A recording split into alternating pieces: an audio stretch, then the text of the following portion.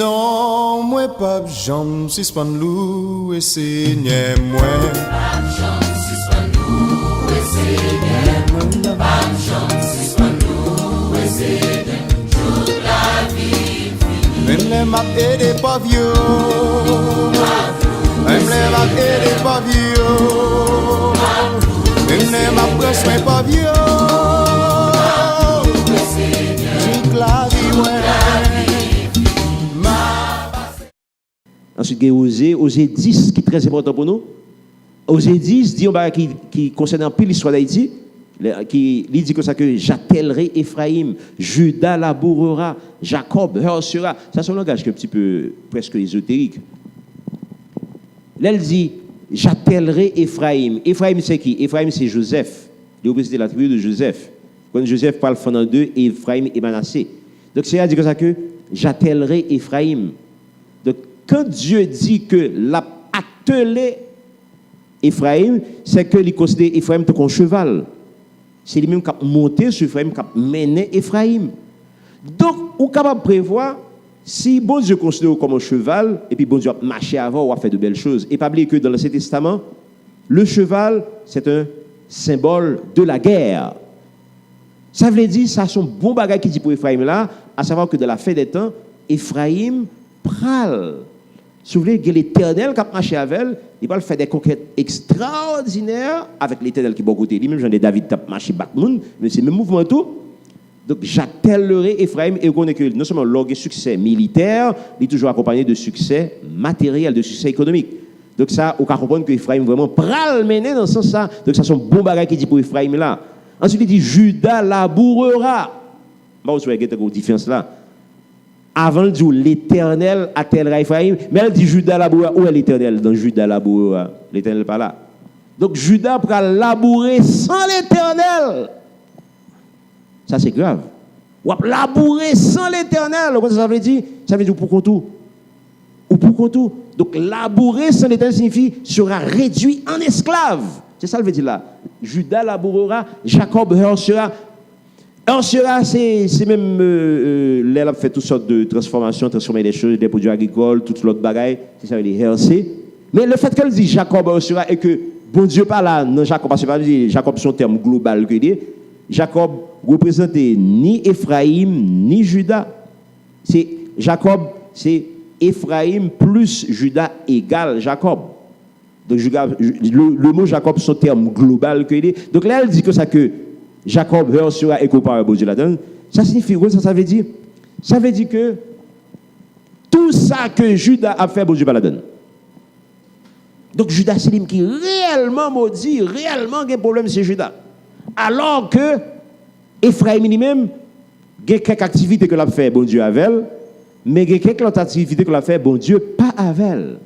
En d'autres termes, qu'est-ce que ça veut dire de l'histoire? Et bien, dans l'histoire, nous parlerons de l'histoire, on parlera que des bagailles que Ephraïm fait, ouais, que Ephraïm a des succès extraordinaires, et que de l'autre côté, ouais, Ephraïm charge en bas problème, charge en bas persécution, charge en bas tribulation, charge en bas tracas.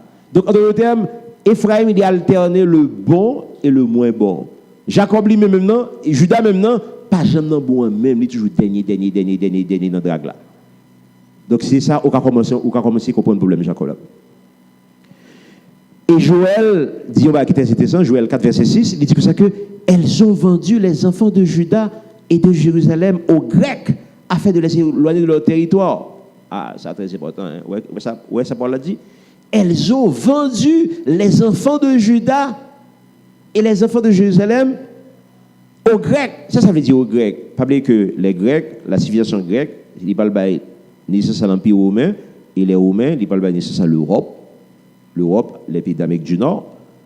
Tout pays, ça a une tradition, nous avons dit, une tradition gréco-romaine. Les pays d'Europe, les pays d'Amérique du Nord, ils sont directement de la tradition gréco-romaine. Donc là, elle dit, elles ont vendu les enfants de Juda et de Jérusalem aux Grecs. Donc, c'est une façon pour attirer l'attention sur le fait que c'est les descendants des Grecs qui prennent asservir les descendants de Juda. C'est exactement ça qu'il dit là. Ensuite, Amos dit quelque chose, Michée, Zacharie.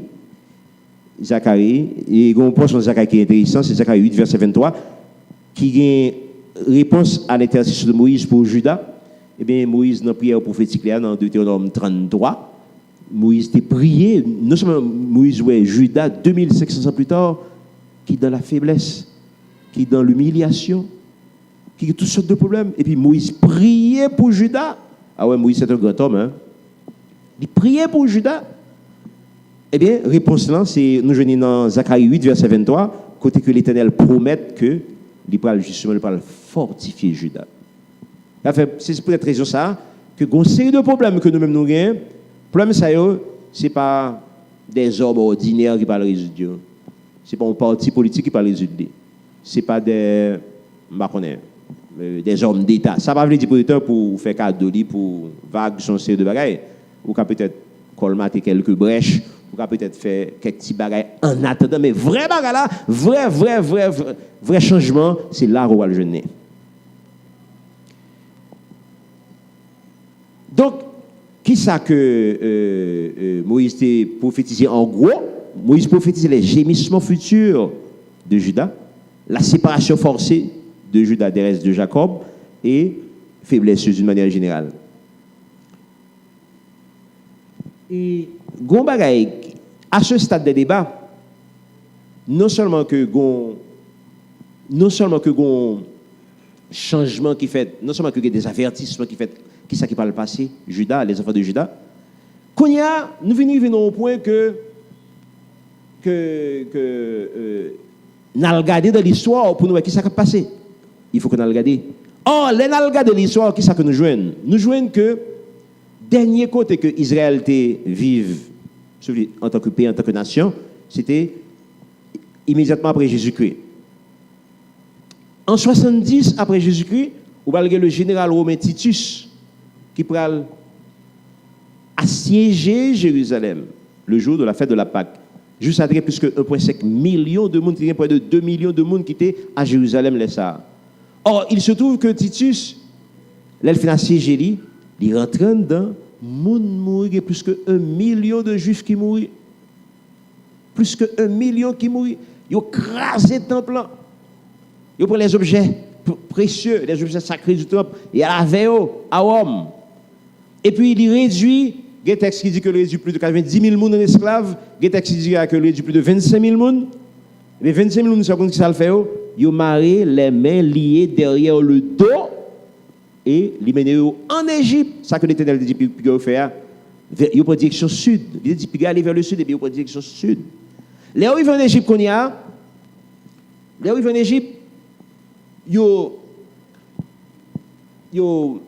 a allé dans les mines d'or, il a travaillé comme esclave dans les mines d'or d'abord. Il y a des gens qui échappent pour lui. Il y a des gens qui pas allé comme esclave. Pas bien, c'est des millions de monde qui prennent direction sud. Et l'un qui prend direction sud là, il y a une petite recherche qui montrait que si on prend Tel Aviv en Israël avec le Caire en Égypte, c'est comme si on prend Saint-Marc, Port-au-Prince. Saint-Marc, Port-au-Prince.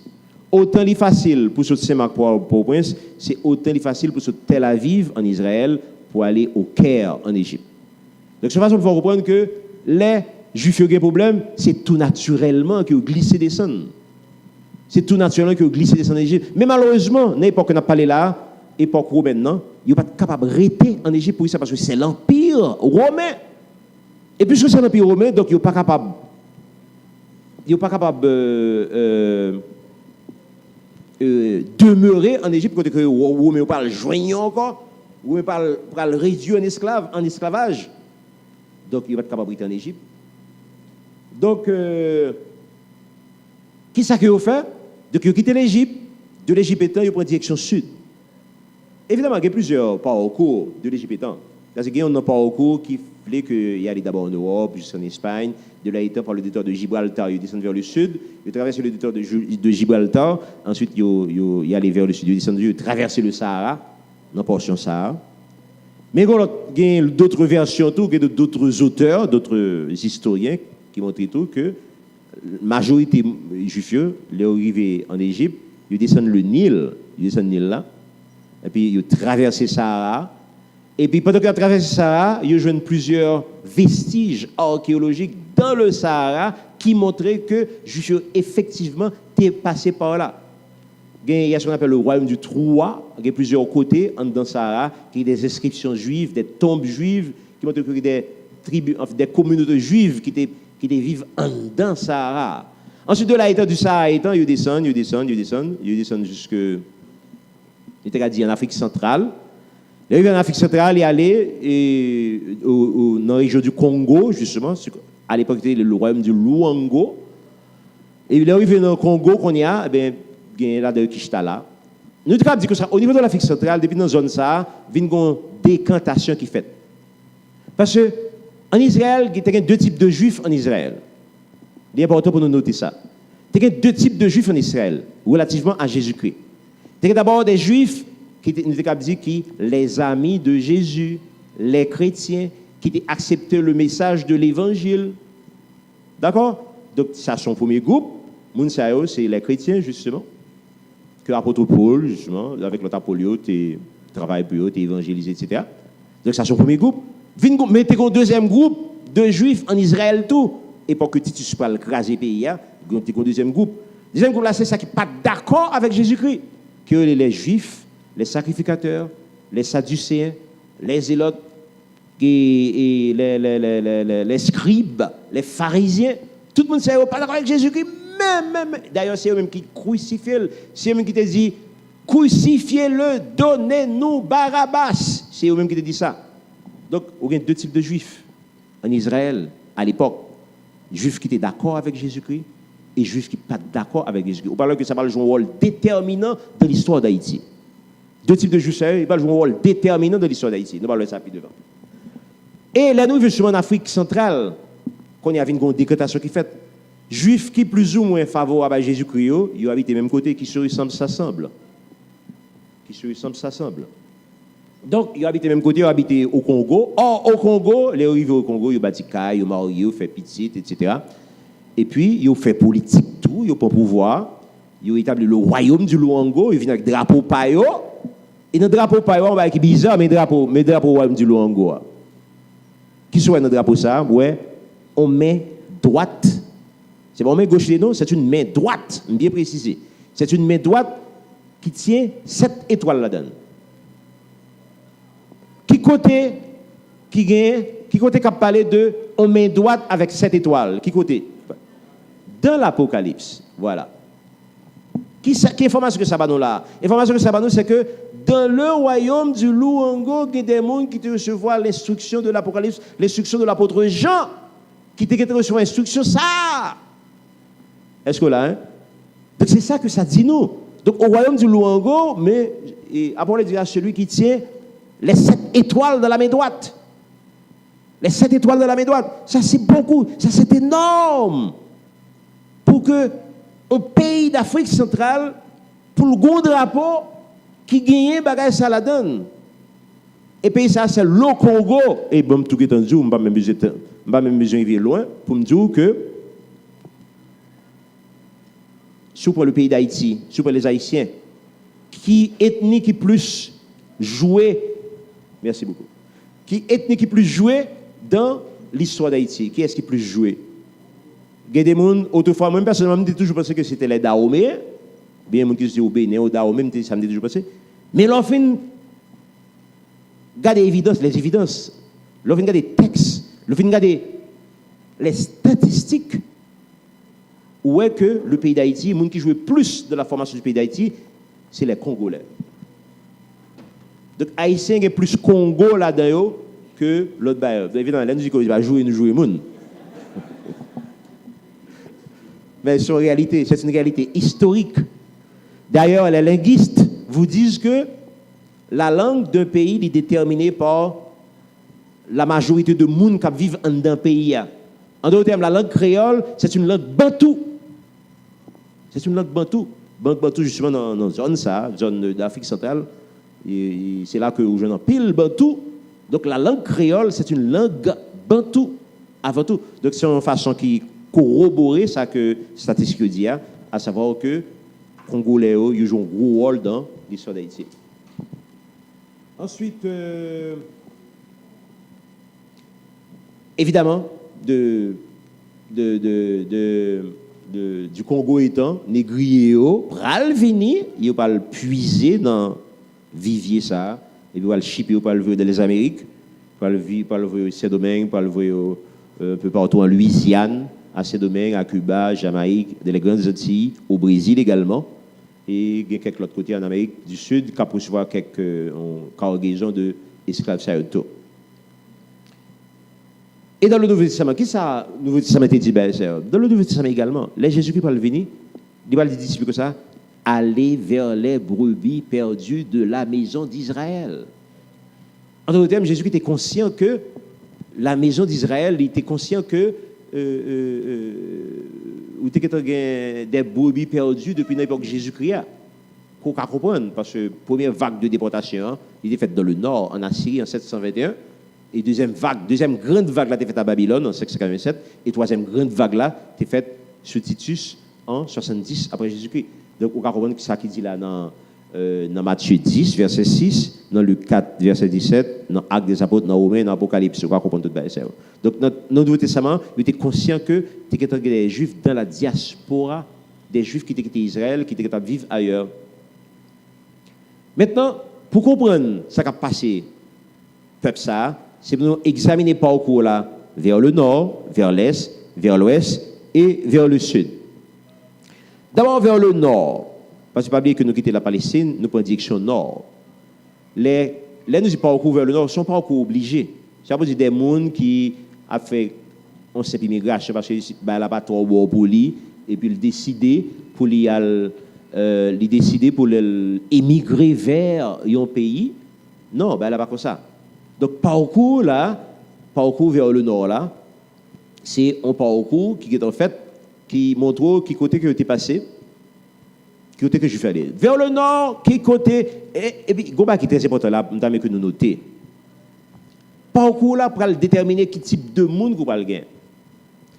Là, nous parler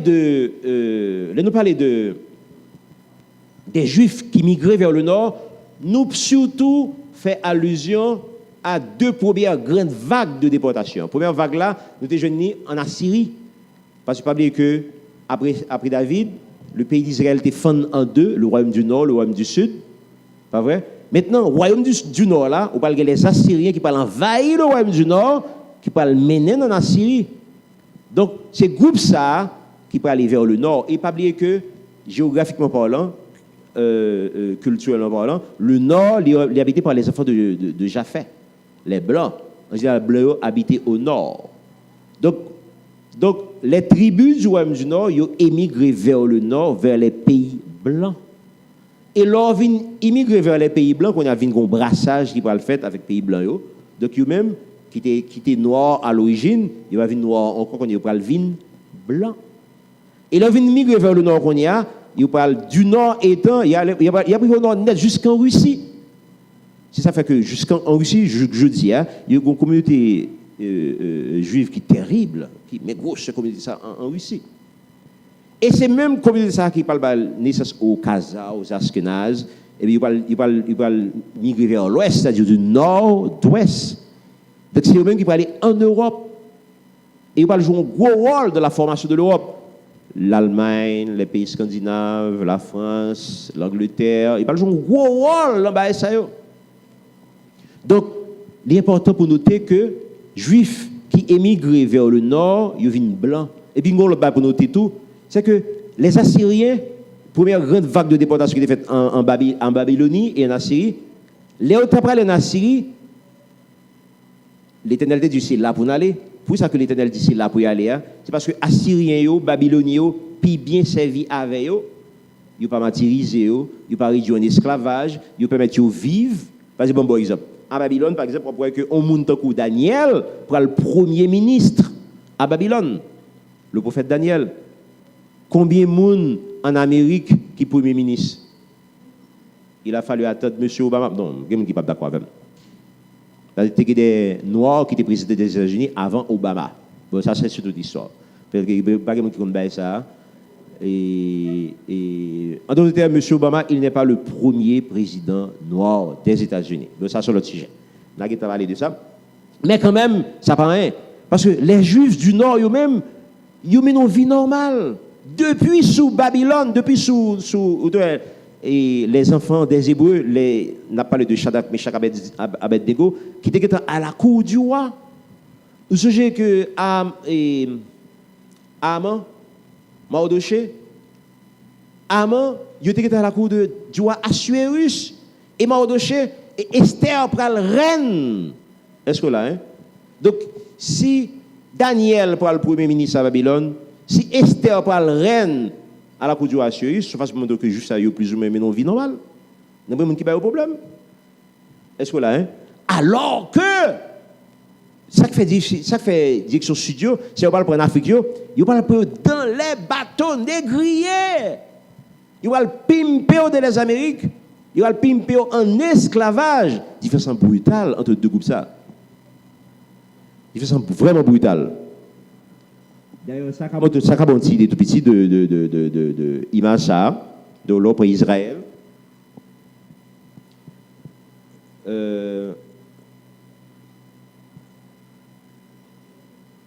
Mais Israël, mais la Palestine qui est là.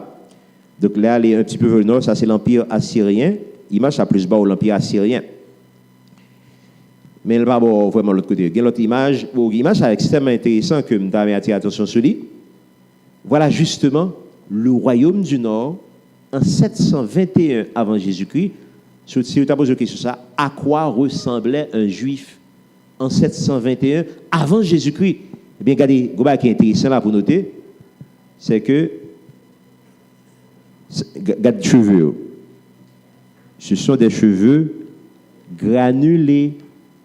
Ce sont des cheveux graines. Voilà. Est-ce que là, hein? En 721, ça c'est image d'archive, ça est. Ça c'est une image qui est extrêmement importante, c'est une image d'archive que c'est même artistes anciens qui peignent. Image ça c'est important pour nous, c'est pas artiste contemporain, c'est pas artiste contemporain qui fait image ça. Ça c'est une image d'archive, soit aller à Londres au London Museum au poil.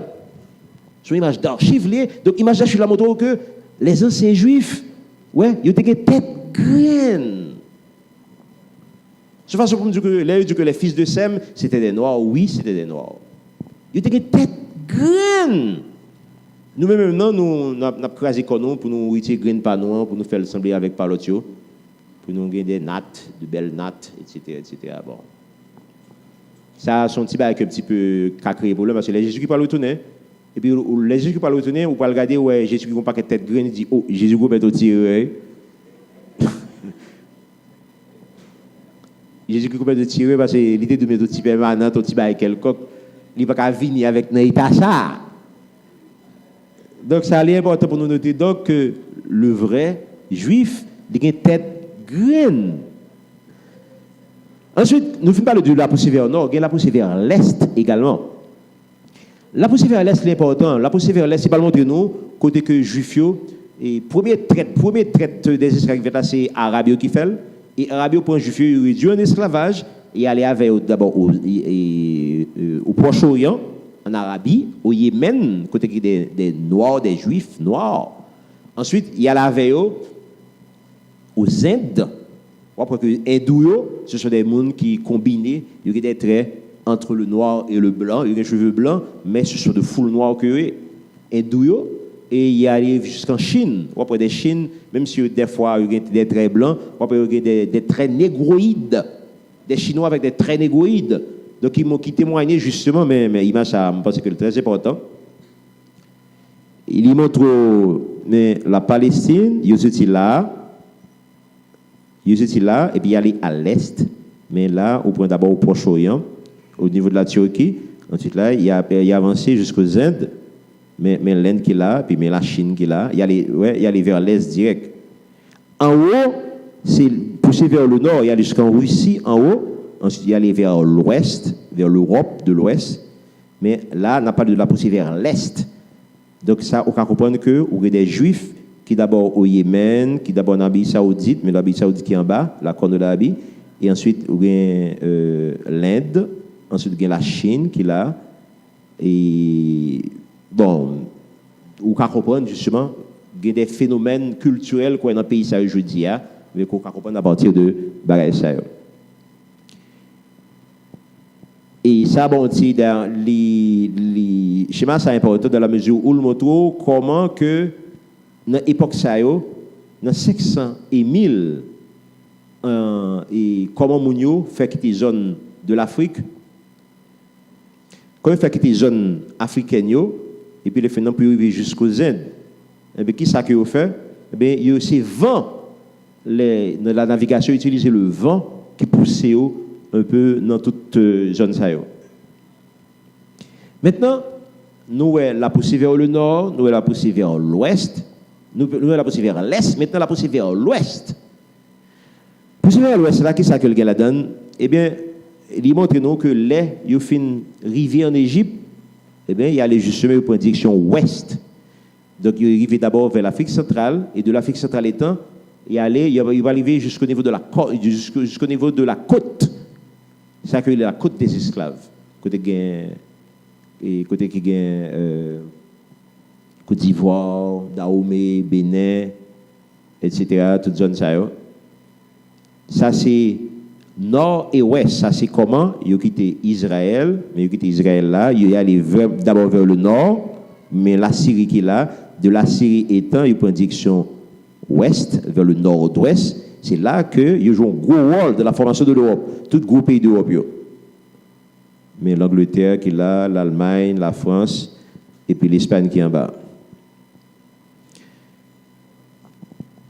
Maintenant, vers le sud, il y allait également vers le sud là, l'important, de l'Afrique étant, il y a là qui prend direction sud. Et on parle que vers le sud, il descend tout droit en bas. Il allait jusqu'en Afrique du Sud. Et pendant qu'il descend, il a quitté des vestiges. Donc là, nous disons pousser vers le nord, il a quitté des vestiges. Il a quitté des vestiges. Où joignent des synagogues qui sont établies dans tout le parcours. Il y a des tribus juives en Ouganda, au Ghana, il y a en Ouganda, il y a dans tout le pays qui a descendu au Zimbabwe, jusqu'en Afrique du Sud. Il y a des tribus juives. Et les ne doivent parler de fin qui était l'Afrique centrale, le Congo, zone ça. On doit parler de juifs qui étaient favorables à Jésus-Christ. Mais ça qui n'est pas favorable à Jésus-Christ, les enfants, s'il vous plaît, les enfants des chrétiens, ils sont installés du côté du Congo,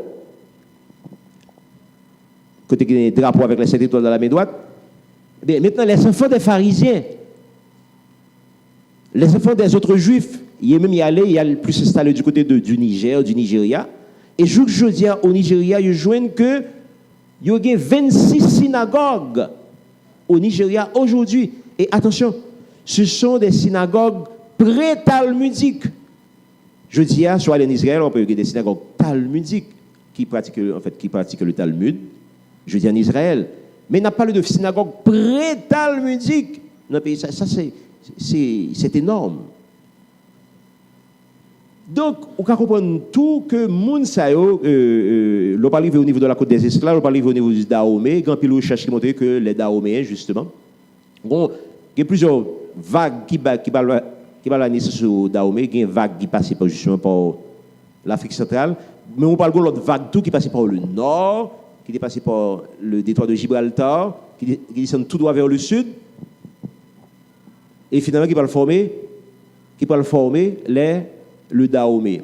Mais ce qui est intéressant, c'est là pour ce que je disais au début, c'est que Dan est un serpent, Genèse 49, verset 17. Dan est un serpent sur le chemin. Ça veut dire Dan est un serpent. Eh bien, Dan a donné au culte du serpent. Le culte du serpent était venu en Éthiopie, bien sûr, parce qu'il y a deux types de juifs en Éthiopie. Il y a la tribu de Dan, mais également il y a la tribu de Juda, où c'est la reine de Sheba, qui est allé vers Salomon, et puis qui était fait petit avec Salomon, le prince Ménélique.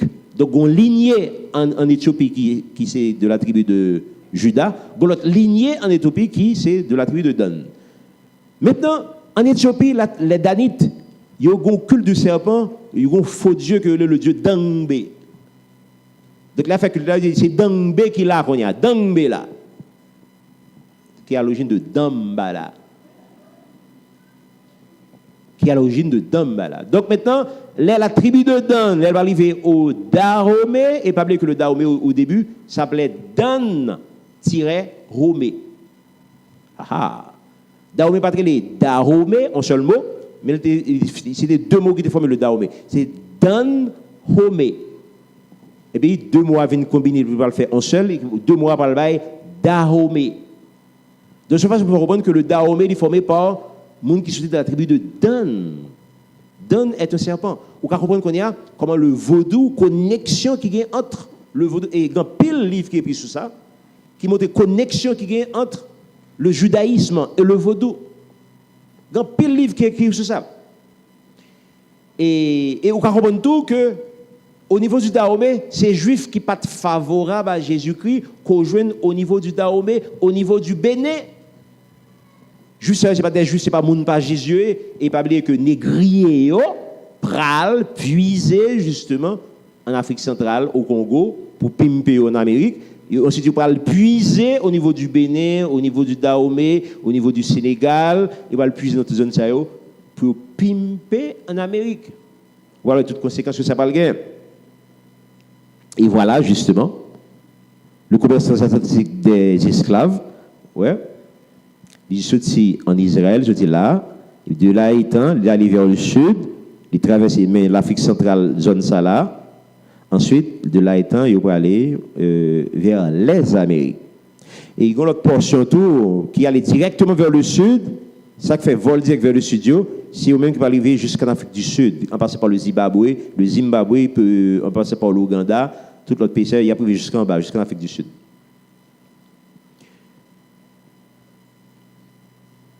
L'autre chose qui est important pour noter tout, c'est que même Jean, tout à l'heure, nous t'a dit que le royaume du Nord qui émigrait vers le Nord, vers les pays de Japheth, les pays blancs de Japheth, pas vrai? Le royaume du Nord, ben, il y a toujours des Juifs blancs, totalement blancs, parce qu'ils mélangent avec les blancs.